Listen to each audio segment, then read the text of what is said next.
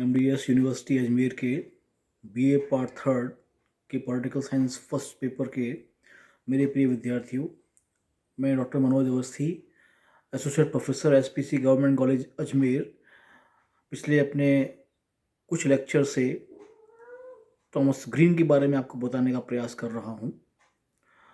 आज हम बात करेंगे ग्रीन के राज्य के प्रतिरोध करने के अधिकार की, और उससे पहले कुछ हिस्सा आपका राज्य का आधार शक्ति नहीं इच्छा है छूट गया है, उसे हम पूरा करेंगे और फिर आगे बढ़ते हैं। देखिए, हमने अपने पिछले लेक्चर में ये देखा था कि ग्रीन स्पष्ट इस बात को मानते हैं कि संप्रभुता का जो सिद्धांत है, जो उस समय लोकप्रिय थे जॉन ऑस्टिन का और रूसो का, वो दोनों ही थोड़े अतिवादी हैं।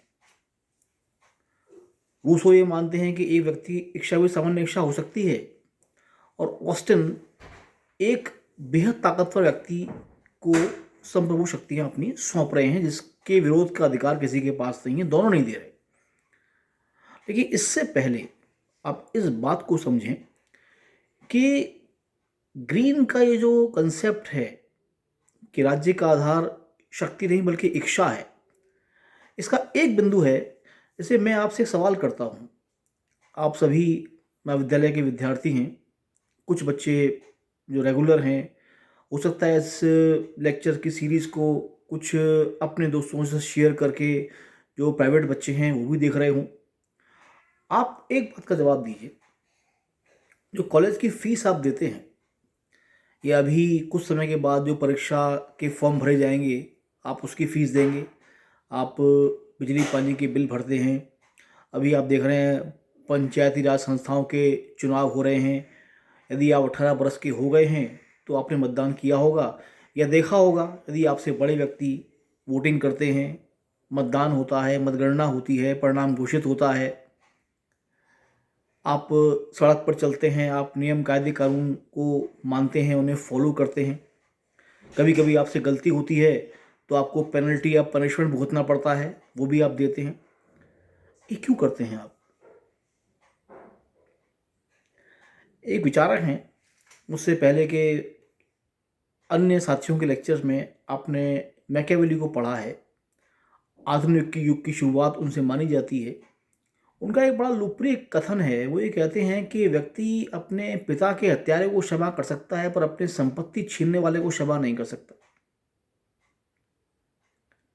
अब आप मुझे बताएं, अभी जब आपने एडमिशन लिया तो फीस के रूप में, और अभी जब कुछ समय के बाद आपकी परीक्षा के फॉर्म भरे जाएंगे तो आपके परीक्षा शुल्क के रूप में, जो बिजली पानी आप इस्तेमाल करते हैं अपने घरों में उसके बिल के रूप में, जो अन्य सुविधाएं आप प्रयोग करते हैं उनके शुल्क, उनके टैक्स, उनकी फीस, ऐसे पचासियों किस्म के समर्थन हैं जो आप सरकार को देते हैं। तो ये कार्य क्या आप सरकार के डर की वजह से करते हैं? नहीं। ग्रीन का मानना यह है कि इंसान की जो बौद्धिकता है या उसकी जो बौद्धिक नैतिकता है, आप इसका पालन इसलिए करते हैं क्योंकि आपको लगता है कि ये आवश्यक है, और इस कार्य को करने के लिए आपने सरकार को अपना समर्थन दिया है। यानी इनकी अनुपालना आप अपनी इच्छा से कर रहे हैं, किसी दबाव या किसी भय से नहीं कर रहे। यदि आप ये शुल्क चुकाते हैं, सरकार को श्रद्धात्मक द्रव्यात्मक किस्म के समर्थन देते हैं, तो ये समर्थन जो आप दे रहे हैं, इन समर्थकों की पृष्ठभूमि में राज्य का दबाव नहीं है, दंड का भय नहीं है, कानून द्वारा दंडित किए जाने की खौफ नहीं है, बल्कि ग्रीन के मुताबिक ये समर्थन आप अपनी इच्छा से देते हैं, क्योंकि आपको लगता है कि जो शासन है वो न्यायोचित कार्य कर रहा है। हाँ, कई बार इसमें विरोध होता है, आप देखते होंगे कभी फीस की वृद्धि होती है, विद्यार्थी विरोध करते हैं, कोई और मांग उठती है, विद्यार्थी विरोध भी करते हैं। जैसे अभी आप देख रहे होंगे जो किसानों ने आंदोलन छेड़ रखा है, उनकी अपनी मांग है, ये एक अलग चीज़ है, ये एक अलग मुद्दा है। लेकिन ग्रीन के मुताबिक जब आप इन नियमों की अनुपालना करते हैं, इनकी पालन करते हैं, इनको मानते हैं, तो उसके पीछे आपका समर्थन होता है, ना कि आपका डर। और इसीलिए वो पूरे मजबूत शब्दों में इस बात को कहते हैं कि राज्य का आधार शक्ति नहीं बल्कि इच्छा है। राज्य के बल के प्रयोग के डर की वजह से नहीं, बल्कि ये मानते हुए कि राज्य हमारे नैतिक कल्याण के मार्ग में आने वाली बाधाओं को दूर करेगा, नागरिक उसके आदेशों का, उसके निर्देशों का पालन करते हैं। अब आगे बढ़ते हैं कि इसका आशय ये है, एक मतलब निकालें क्या, कि क्या ग्रीन राज्य के विरोध का अधिकार नहीं देता। देखिए, वो आदर्शवादी विचारक है और आदर्शवादी ये मानता है कि राज्य सर्वोच्च संस्था है। हीगल ने तो उसको दैवीय कहा है और ये कहा है कि किसी भी हालत में मनुष्य को राज्य के आदेशों की अवहेलना नहीं करनी चाहिए, उसकी अनुपालना करनी चाहिए और कभी भी अपने व्यक्तिगत हितों को राज्य पर कुर्बान करने के लिए तत्पर रहना चाहिए।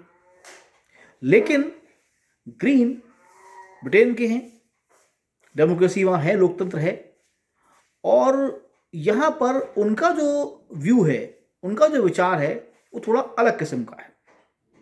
वो ये कहते हैं, उनका मानना ये है, बड़ी उन्होंने एक विस्तृत व्याख्या की है कि राज्य नैतिक कल्याण के मार्ग में आने वाली सारी बाधाओं को 100% दूर नहीं कर सकता, पहली बात। दूसरी बात, वो ये मानते हैं कि राज्य केवल मनुष्य के बाह्य आचरण के लिए, जो उसके बाहर के कार्य हैं, उन्हें नियंत्रित करने के लिए प्रयत्न कर सकता है, उसकी आंतरिक शुद्धि के लिए, कि वो अपने कौशल का प्रयोग करे ही करे। उसके लिए कोई फुल प्रूफ या 100% काम आने वाली कोई योजना का निर्माण नहीं कर सकता। इसका मतलब राज्य अपने नैतिक कर्तव्यों की 100% अनुपालना नहीं कर सकता। इसलिए राज्य को यह अपेक्षा भी नहीं करनी चाहिए कि उसका विरोध नहीं होना चाहिए। देखिए, ये बड़ी गहराई वाली बात है। राज्य बना किससे है? उन्हीं मनुष्यों का समूह है, और जो शासन में है, शासन का स्वरूप कुछ भी क्यों ना हो। हालांकि ग्रीन लोकतंत्र का समर्थन कर रहे हैं, लेकिन शासन किसी रूप का हो सकता है। उनका यह मानना यह है कि जो व्यक्ति के नैतिक आचरण के मार्ग में आने वाली बाधाओं को दूर करे, चाहे वो तानाशाही हो, एक व्यक्ति का शासन हो, एक दल का प्रभुत्व हो, लोकतंत्र हो, कोई भी रूप क्यों ना हो, यदि वो ऐसा कर रहा है तो वो सत्ता शासन ठीक है। यहां पर ग्रीन कहते हैं कुछ परिस्थितियों में मनुष्य को राज्य के विरोध का अधिकार है। पहला, यदि कानून संदेहपूर्ण है। राज्य को अपने ऊपर शासन करने का अधिकार आपने इसलिए सौंपा है कि वो आपके कल्याण के मार्ग में आने वाली बाधाओं के मार्ग में बाधा बनेगा। लेकिन यदि उसके नियम अस्पष्ट हैं, तो ग्रीन कहता है मनुष्य को यहां पर राज्य का प्रतिरोध करने का अधिकार है। दूसरा बिंदु, यदि राज्य के कानून अत्याचारपूर्ण, अन्यायपूर्ण और व्यक्ति की गरिमा को, ह्यूमन डिग्निटी जिसे आप अंग्रेजी में कहते हैं, उसको बिखेरने वाले हों, और समाज को ये लगे, राज्य नागरिकों को लगे कि सरकार का ये जो कानून बनाया गया है ये मानवीय गरिमा के खिलाफ है, तो वो राज्य का विरोध कर सकते हैं। अगला बिंदु है, यदि शासन की पूरी व्यवस्था ही भ्रष्टाचार से संपन्न हो जाए। देखिए, कई बार होता है, लोकतंत्र की सीमाएं भी हैं, लोकतंत्र के अधिकार भी हैं, लोकतंत्र के अंदर कई अव्यवस्थाएं भी छिपी होती हैं शासन प्रणाली के अंदर। लोकतंत्र का जिक्र तो मैं बार बार इसलिए कर रहा हूं क्योंकि हम लोकतंत्र में जीवित हैं, और उस समय ब्रिटेन में भी डेमोक्रेसी है, लोकतंत्र है। ग्रीन ये कहते हैं कि यदि ऐसा लगे कि भ्रष्ट आचरण का समुच्चय बनकर रह गया है शासन में, तो ऐसी स्थिति में ग्रीन नागरिकों को विद्रोह का या सरकार के विरोध करने का अधिकार देती हैं। और अगला बिंदु, राज्य ने नियम कायदे तो बना दिए, लेकिन वो उनकी अनुपालना कराने में असमर्थ हो। देखिए, सिद्धांत निर्माण और सिद्धांत क्रियान्वयन दो अलग अलग चीजें हैं। ग्रीन ये मानते हैं कि सिद्धांत निर्माण तो हो गया, लेकिन यदि राज्य उनकी अनुपालना नहीं कर पा रहा है या करवा पा रहा है, तो ऐसी स्थिति में भी नागरिकों को राज्य का प्रतिरोध करने का अधिकार है। और अगला बिंदु, यदि राज्य ऐसे कानून बनाए जो अनुचित हों, अव्यवस्थित हों, व्यक्ति की स्वतंत्रता के मार्ग में बाधाएं उत्पन्न करते हों, व्यक्ति के विकास के मार्ग में जो बाधाएं आ रही हैं उनको दूर करने के बजाय खुद बाधा बन रहे हों, तो ऐसी स्थिति में ग्रीन नागरिकों को राज्य के विरोध का अधिकार देते हैं। हालांकि इस बात पर मैं आपको पहले भी कह चुका हूं कि ग्रीन ने किसी विशिष्ट शासन प्रणाली का समर्थन नहीं किया है। उनका एक मान्यता है, उनका एक विश्वास है कि मनुष्य के नैतिक जीवन के मार्ग में आने वाली जो बाधाएं हैं, जो व्यवस्था भी उन्हें सफाई पूर्वक दूर कर सकती है और मनुष्यों के अधिकार को सावधानी पूर्वक उन तक पहुंचा सकती है, वो ठीक है। उसका विरोध वो नहीं करते हैं। वो तानाशाही हो, एक समूह का शासन हो, वो राजतंत्र हो या वो लोकतंत्र हो, लेकिन वो ये मानते हैं कि लोकतंत्र में क्योंकि एक जनता के बड़े वर्ग का समर्थन हो जाता है और जनता प्रत्यक्ष रूप से और परोक्ष रूप से भी अपने प्रतिनिधियों के माध्यम से सरकार में शामिल रहती है, तो ऐसे में वो शासन ज्यादा न्यायोचित होता है। अब देखिए, लोकतंत्र की एक बहुत बड़ी विशेषता यह भी है,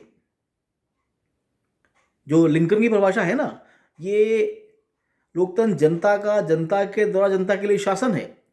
कि जनता जब खुद भागीदारी कर रही है तो वो इन चीज़ों को भी समझेगी कि जब कायदे कानून बने और उनका क्रियान्वयन हो तो वो बेहतर ढंग से कैसे हो सकता है और क्या नहीं किया जाना चाहिए ताकि आपकी स्वतंत्रताएं सुरक्षित और संरक्षित रहें। धन्यवाद।